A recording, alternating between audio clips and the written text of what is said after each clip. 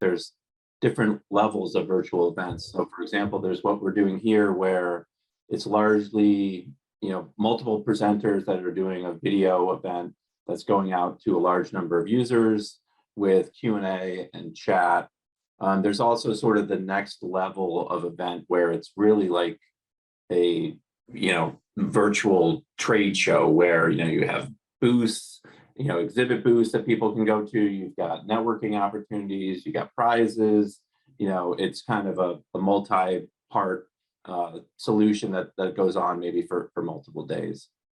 From my perspective, I work mostly with corporate clients. So for sure, the ability to stream live events, webcasts to internal audiences has been a home run for a lot of organizations throughout the pandemic, especially early on, because there was really no other way to communicate with your audiences. And the audience, because people were so interested in what was happening, the audience sizes went way up compared to what they were sort of pre-pandemic. I used to tell clients, expect 10% of your users, even for a CEO broadcast, maybe 20% at a very high bar to be participating. And the numbers, during the pandemic were more like 50, 60, 70%, because you had really no excuse not to be there, right? You're sitting in your home office and you're not at a client site and you're not, you're not out. So,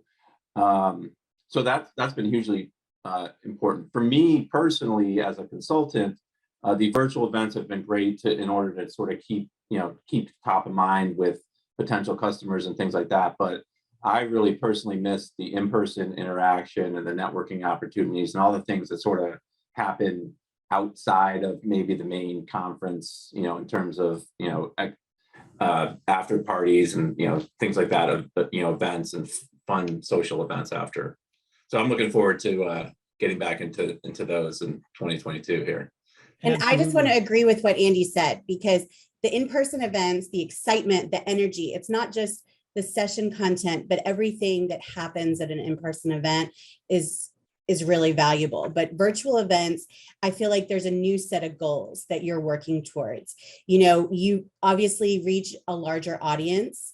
You can change things matter of seconds. So if somebody wakes up and they're sick, you can have someone else fill in for them very quickly. That is a lot harder for an in-person event.